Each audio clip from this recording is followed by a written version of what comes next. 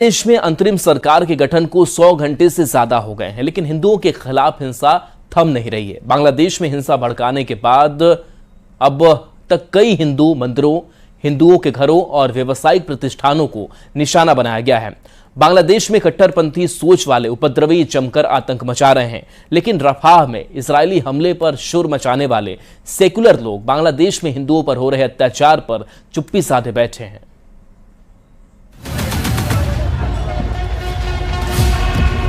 जलते घर, टूटते मंदिर, ये नए बांग्लादेश की तस्वीर है जहां हर तरफ सिर्फ अराजकता और उत्पात है। बांग्लादेश में हिंदुओं को खुलेआम निशाना बनाया जा रहा है। हिंदुओं के घरों, दुकानों में घुसकर कट्टरपंथी तोड़फोड़ कर रहे हैं। हिंदू मंदिरों को जलाया जा रहा है, लेकिन बांग्लादेश की सरकार की तरफ से सिर्फ अपील की जा रही है। मोहम्मद यूनुस को बांग्लादेश की कमान संभाले 4 दिन हो गए हैं। प्रधानमंत्री नरेंद्र मोदी ने उन्हें बधाई दी और हिंदुओं की सुरक्षा को लेकर चिंता भी जताई, लेकिन बांग्लादेश की सरकार की तरफ से अब तक ना तो कोई ठोस एक्शन लिया गया और ना ही हिंदुओं पर हमले रुके। केंद्रीय मंत्री गिरिराज सिंह ने एक 3 मिनट 33 सेकंड का वीडियो ट्वीट किया है, जिसमें उन्होंने लिखा कि बांग्लादेश में हिंदुओं पर हो रहे अत्याचार के बाद वो भारत की ओर भाग रहे हैं। अगर भारत के हिंदुओं को भागना पड़ा तो कहां भागेंगे? बांग्लादेश में हिंदुओं पर हो रहे इन हमलों के खिलाफ देश के अलग अलग शहरों में विरोध प्रदर्शन शुरू हो गए हैं। मथुरा, हरिद्वार और अयोध्या में साधु संतों ने प्रदर्शन कर बांग्लादेश के हिंदुओं के साथ हो रही ज्यादती पर सरकार से दखल देने की मांग की, लेकिन विपक्षी पार्टियों में बांग्लादेशी हिंदुओं की सुरक्षा के मुद्दे पर सन्नाटा है, जिसको लेकर बीजेपी सवाल उठा रही है कि फिलिस्तीन के मुद्दे पर रैली, कैंडल मार्च निकालने वाले बांग्लादेश में हिंदुओं पर हो रहे अत्याचारों पर क्यों चुप हैं? फिलिस्तीन पर इजराइल के हमले के बाद दुनिया भर में विरोध प्रदर्शन शुरू हो गए थे, लेकिन बांग्लादेश में हिंदुओं पर हो रहे अत्याचारों के खिलाफ कोई आवाज नहीं उठाई जा रही। वहाँ हिंदुओं के इस पीड़ा पर हिंदुस्तान में खामोशी क्यों है? जो रोज सवाल पूछते हैं विपक्ष, इंडिया गठबंधन, उनके नेता राहुल गांधी, एक शब्द नहीं कहा उन्होंने। अब तक बांग्लादेश में आपके एकदम पड़ोस में, आप तो रूस और यूक्रेन का वॉर रुकवाने की क्षमता रखते हैं, लेकिन आपको अपने पड़ोस में क्या हो रहा था उसकी इंटेलिजेंस नहीं थी। क्यों नहीं थी, इसका भी जवाब दीजिए। आज बांग्लादेश का हिंदू असुरक्षित है तो उसकी जिम्मेदारी क्या हमारी सरकार की नहीं है? क्या इनको कदम नहीं उठाने चाहिए? आरोप ये भी लग रहे हैं कि बांग्लादेश में शेख हसीना की सरकार के तख्तापलट के पीछे अमेरिकी खुफिया एजेंसी CIA और पाकिस्तान की खुफिया एजेंसी ISI की एक बड़ी साजिश थी। बीजेपी आरोप लगा रही है कि कांग्रेस नेता राहुल गांधी ने अपनी लंदन यात्रा के दौरान बांग्लादेश के कट्टरपंथी नेता खालिदा जिया के बेटे तारिक रहमान से मुलाकात की थी। खालिदा जिया के जेल में रहने के दौरान तारिक रहमान को बांग्लादेश नेशनलिस्ट पार्टी BNP का कार्यवाहक अध्यक्ष बनाया गया था। राहुल गांधी और तारिक रहमान की मुलाकात में क्या बातें हुई? बीजेपी अब राहुल गांधी से ये सवाल पूछ रही है। बीजेपी का कहना है कि राहुल गांधी को लंदन में BNP के तारिक रहमान के साथ अपनी बैठक के बारे में स्पष्ट करना चाहिए। बांग्लादेश के पत्रकार ने एक बड़ा, पाकिस्तान के पत्रकार ने एक बड़ा खुलासा किया। सलाउद्दीन चौधरी ने जो है खुलासा किया है कि रहमान से वो जिस तरह से गाजा पट्टी के खिलाफ यहाँ जीनरेज आंदोलन करते हैं और उसके एक दिन पहले वो मिलते हैं, जिस तरह से विदेशों में जाकर वो भारत के बारे में उल्टी पुल्टी बातें करते हैं, कारण से राहुल गांधी जी निशाने पर हैं और इस संविधान की रक्षा करने के लिए चाहे जिस किसी को भी निशाने पर लेना पड़े, मैं लूंगा। There have been good incidents of cases in which temples have been guarded by Muslims, including civilians as well as police and others. I'm certainly hopeful that we will be in a position to see calming down and settling of the situation and safeguarding of minorities. That is a very, very major concern for India, and I'm very glad that the Indian government has already made it clear that for us that is a very important issue. उधर al Qaeda Indian subcontinent ने अपने नेता Osama Mahmood LAF का 12 page का एक बयान जारी किया है, जिसमें उसने बांग्लादेश की जनता को हसीना सरकार को उखाड़ फेंकने पर बधाई दी और इसे इस्लाम की जीत बताया। आरस से बड़ी खबर, जहां बालूघाट पर लूट के दौरान गोलीबारी हुई है। अपराधियों ने 2 लोगों को गोली मार दी है। हथियारबंद अपराधियों ने इस घटना को अंजाम दिया है। लाखों रुपए की लूट की बात भी कही जा रही है। संदेश थाना क्षेत्र के काजीचक बालूघाट की घटना सामने आई है। तो आरा से ये बड़ी खबर, जहां बालूघाट पर लूट के दौरान गोलीबारी हुई है। बताया जा रहा है कि 2 लोगों को अपराधियों ने निशाना बनाया है, उनको गोली मारी गई है। हथियारबंद अपराधियों ने इस घटना को अंजाम दिया।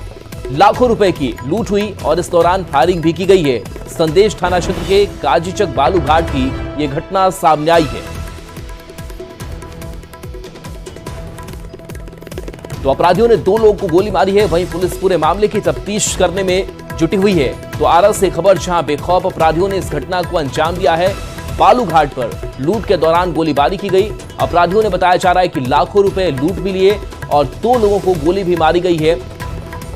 लाखों रुपए की लूट। संदेश थाना क्षेत्र के काजीचक बालूघाट की घटना सामने। चंदन हमारे साथ जुड़ गए हैं। चंदन, अपराधियों की कुछ पहचान हो पाई है? बिल्कुल, देखिए पूरा मामला संदेश थाना क्षेत्र के काजीचक 18 नंबर बालूघाट से जुड़ा हुआ है, जहां की बालूघाट के ऑफिस पर अचानक हथियारबंद अपराधी पहुंचे और उन लोगों ने लूटपाट की। हालांकि कितने रुपए लूटे गए हैं इसकी कोई जानकारी अभी तक नहीं मिल पाई है। वहीं 2 लोगों को अपराधियों ने इस दौरान गोली मार दी, जिनको इलाज के लिए आनंद थाना में आरा के निजी अस्पताल में भर्ती कराया गया है। वहीं पुलिस पूरे मामले की छानबीन कर रही है। वैसे जो पूरे कांड का सीसीटीवी फुटेज है वो पुलिस के हाथ लगा है, क्योंकि बालू कंपनी के ऑफिस में सीसीटीवी लगा हुआ था और इस दौरान यह घटना घटी तो पुलिस पूरे मामले की छानबीन कर रही है। वहीं जो 2 घायल है उनकी स्थिति अभी खतरे से बाहर बताई गई है। डॉक्टर की देखरेख में निगरानी में उनका इलाज चल रहा है। जी चलिए, शुक्रिया चंदन इस अपडेट के लिए आपका। बढ़ते आगे, झारखंड में बदली डेमोग्राफी से हिंदू आबादी पर गहराते संकट की बात करते हैं। तो झारखंड हाई कोर्ट ने एक बार फिर से झारखंड में खासकर संथाल परगना में बांग्लादेशी घुसपैठियों के मुद्दे पर सरकार को फटकार लगाई है। सुनवाई के दौरान कोर्ट ने आदेश दिया कि संथाल परगना में रह रहे बांग्लादेशी घुसपैठियों की पहचान की जाए, बांग्लादेशी घुसपैठियों की गिनती की जाए और बांग्लादेशी घुसपैठियों को डिपोर्ट करने का एक्शन प्लान बनाया जाए। बदलती डेमोग्राफी, डरावने आंकड़े तो हिंदू खत्म हो जाएंगे। झारखंड के संथाल परगना में बदलती डेमोग्राफी पर सिर्फ कोर्ट ही चिंतित नहीं है, इसको लेकर सड़क से लेकर संसद तक चिंता जताई जा चुकी है। 15 दिन पहले ही बीजेपी ने इस मुद्दे को सड़क से संसद तक उठाया था। झारखंड बीजेपी के अध्यक्ष बाबूलाल मरांडी की अगुवाई में बीजेपी प्रतिनिधिमंडल ने चुनाव आयोग से मुलाकात की तो झारखंड के डोडा से ही बीजेपी सांसद निशिकांत दुबे ने लोकसभा में बदलती डेमोग्राफी का मुद्दा उठाया था। बीजेपी ने चुनाव आयोग को ज्ञापन देकर आरोप लगाया था कि झारखंड के इन इलाकों में 20 से 123% तक फर्जी वोटर हैं, जिनके नाम मतदाता सूची में हैं। वहीं लोकसभा में बीजेपी सांसद निशिकांत दुबे ने दावा किया कि झारखंड की कम से कम 25 विधानसभा ऐसी हैं जहां मुस्लिम आबादी 110% तक बढ़ गई है। 30% से लेकर के 123% मतदाता सूची में फर्जी तरीके से मतदाता के नाम वहां बढ़ाए गए, तो ये गलत है। अगर इस प्रकार से डेमोग्राफी में बदलाव होगी तो फिर डेमोक्रेसी में भी ये खतरे होंगे और उस खतरा को हम सबको महसूस करना चाहिए। मैं जिस लोकसभा से आया उसकी एक विधानसभा मधुपुर में लगभग 267 बूथों पर 117% मुसलमानों की आबादी बढ़ गई और पूरे आप समझिए कि टोटल जो है झारखंड में कम से कम 25 विधानसभा ऐसी है जहां 110% आबादी बढ़ी है। ये एक बड़ा चिंता का विषय है। बीजेपी सांसद निशिकांत दुबे ने लोकसभा में जो आंकड़े पेश किए वो बेहद चौंकाने वाले हैं। निशिकांत दुबे ने दावा किया कि झारखंड के संथाल परगना में आदिवासियों की आबादी 10% कम हो गई है। बिहार से अलग राज्य बनने के वक्त साल 2000 में आदिवासियों की जो आबादी 36% थी वो अब घटकर 26% रह गई है। निशिकांत दुबे ने सदन को बताया कि संथाल परगना में बांग्लादेशी घुसपैठ तेजी से बढ़ रही है और घुसपैठी आदिवासी महिलाओं से शादी कर रहे हैं। यही नहीं, निशिकांत दुबे ने आंकड़ों के साथ दावा किया कि संथाल परगना में 100 आदिवासी मुखिया ऐसी हैं जिनके पति मुसलमान हैं। अपनी लोकसभा की मधुपुर सीट का जिक्र करते हुए उन्होंने कहा कि वहां के 267 बूथ पर 117% मुस्लिम आबादी बढ़ी है। साथ ही पूरे झारखंड की कम से कम 25 विधानसभाओं में 110% मुस्लिम आबादी बढ़ने का भी उन्होंने दावा किया। बीजेपी झारखंड में डेमोग्राफी चेंज का मुद्दा उठा रही है। वहीं झारखंड हाईकोर्ट से पहले जुलाई में ही इलाहाबाद हाईकोर्ट ने भी धर्मांतरण से जुड़े एक मामले की सुनवाई के दौरान गंभीर आशंका जाहिर की थी। एक मामले की सुनवाई के दौरान धर्मांतरण के आरोपी की जमानत खारिज करते हुए जो टिप्पणी की वो भी आपको जानना चाहिए। कोर्ट ने कहा कि अगर धर्मांतरण की अनुमति दी गई तो एक दिन भारत की बहुसंख्यक आबादी अल्पसंख्यक हो जाएगी। अब आपको धर्मांतरण को लेकर एक आंकड़ा दिखाते हैं। ये आंकड़े अमेरिका की PEW रिसर्च सेंटर के हैं जो चौंकाने वाले हैं। PEW के मुताबिक 2050 तक भारत सबसे ज्यादा मुस्लिम आबादी वाला देश बनने वाला है। PEW की रिपोर्ट के मुताबिक भारत में साल 2050 तक हिंदू बहुसंख्यक तो रहेंगे, लेकिन आने वाले समय में सबसे अधिक मुसलमान भारत में ही रहेंगे। मौजूदा समय में इंडोनेशिया सबसे बड़ा इस्लामिक देश है, जहां 24 करोड़ से ज्यादा मुस्लिम रहते हैं, लेकिन आने वाले समय में यह आंकड़ा बदलने वाला है। जाहिर है ये आंकड़े चौंकाने वाले हैं और अगर अभी से घुसपैठ और धर्मांतरण के खिलाफ कड़ी और बड़ी कार्रवाई नहीं हुई तो हालात मुश्किलें नहीं बेकाबू भी हो जाएंगे।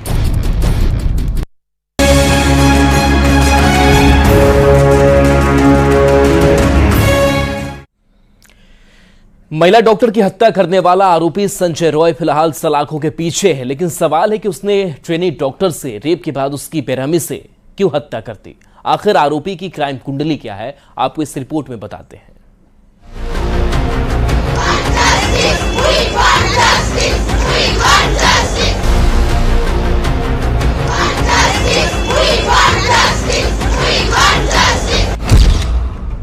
महिला डॉक्टर से हैवानियत और हत्या पर कोहराम।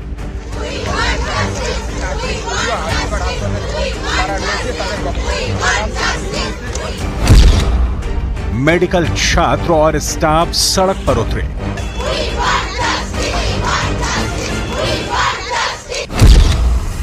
कोलकाता में हैवानियत पर देश भर में प्रदर्शन।